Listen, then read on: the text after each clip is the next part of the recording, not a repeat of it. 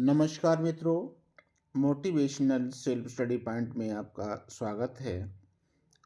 आज का हमारा टॉपिक है सीखने के नियम। जो ईएल थॉर्नडाइक द्वारा सीखने के नियम दिए गए हैं वो दो प्रकार के नियम हैं। पहला है प्राथमिक नियम और दूसरा है द्वितीयक नियम। इनके द्वारा यानी कि प्राथमिक नियम, सीखने के प्राथमिक नियम हैं वो 3 बताए गए हैं। यानी कि प्राइमरी लॉ में पहला है तत्परता का नियम। तत्परता का मतलब ये है कोई भी व्यक्ति सीखने के लिए जब तक मानसिक रूप से कार्य करने के लिए तत्पर नहीं होगा तब तक उस कार्य को आसानी से नहीं सीख सकता। जब हम कार्य करने के लिए तत्पर होंगे मानसिक रूप से तो उस कार्य को हम बड़ा सरलता से आसानी से कर सकते हैं। यह तत्पर नहीं है तो उस कार्य को हम बोझ समझकर करेंगे और हम आसानी से नहीं सीख सकते। दूसरा नियम है अभ्यास का नियम। जो सीखा हुआ कार्य है यदि हम उसका बार बार अभ्यास करेंगे तो सीखना जो है और मजबूत हो जाएगा। और इस नियम को भी 2 भागों में बांटा गया है, एक उपयोग का नियम, दूसरा अनुपयोग का नियम। उपयोग का नियम अभ्यास से सीखना मजबूत हो जाता है और जिनका हम अनुप्रयोग का नियम के तहत अभ्यास न करने से सीखी हुई चीज़ों को हम भूल जाते हैं। तीसरा नियम है जो भी प्राथमिक नियम में आता है, प्रभाव का नियम। जिस कार्य को या जिस कार्य का परिणाम सुखद होता है वह बार बार किया जाता है। यानी जो कार्य हमको अच्छा लगता है, आनंद देता है, उस कार्य को हम बार बार करना चाहते हैं।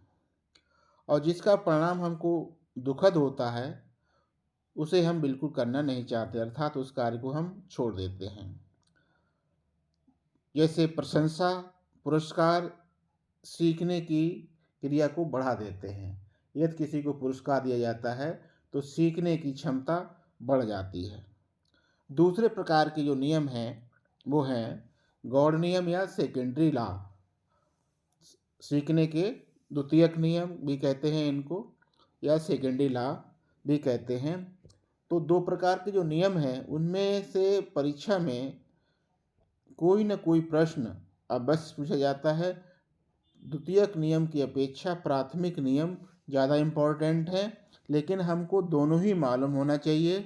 थॉर्नडाइक द्वारा प्राथमिक नियम 3 दिए गए हैं और गौड़ नियम या सेकेंडरी लॉ जिन्हें कहते हैं वो 5 बताए गए हैं।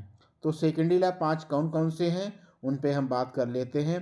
पहला है बहुप्रतिक्रिया का नियम।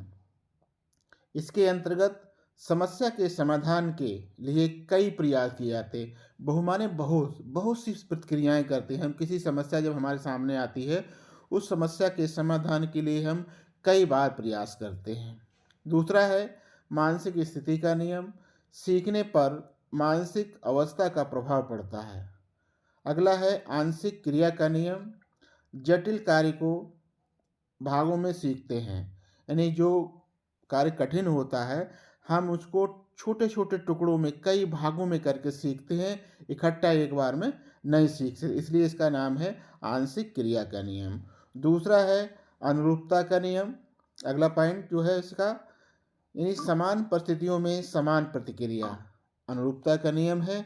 और जो हमारा अंतिम है संगठन का नियम। इससे है एक अनुभव दूसरे अनुभव से जुड़ जाते हैं, यानी इकट्ठा संगठन हो जाता है। संगठन का मतलब ही होता है कि बहुत सारे लोग मिलकर एक इकट्ठा हो जाएं, उसको संगठन कहते हैं। इसीलिए एक अनुभव दूसरे अनुभव से आपस में जुड़ जाते हैं।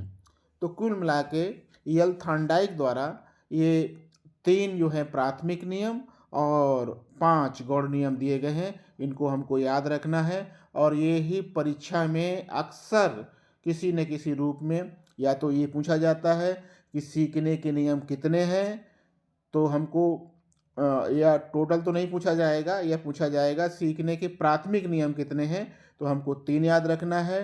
टोटल की पूछा जाए तो 5 और 3 8 सीखने के कुल थॉर्नडाइक द्वारा 8 नियम दिए गए हैं। या ऑब्जेक्टिव में कभी कभी सवाल पूछा जाता है तो कभी एक प्राथमिक दे दिया, उसमें 3 विकल्प जो है सेकेंडरी नियम दिए थे और पूछ लिया गया कि इसमें से कौन सा प्राथमिक नियम है। तो चाहे ऑब्जेक्टिव तरीके से पूछे जाएं, चाहे नाम के हिसाब से पूछे जाएं, चाहे ये पूछा जाए कि सीखने के नियम किसने दिए थॉर्नडाइक, तो इतने से कई प्रश्न बन सकते हैं परीक्षा में, इनको याद रखना है। आज के लिए इतना ही।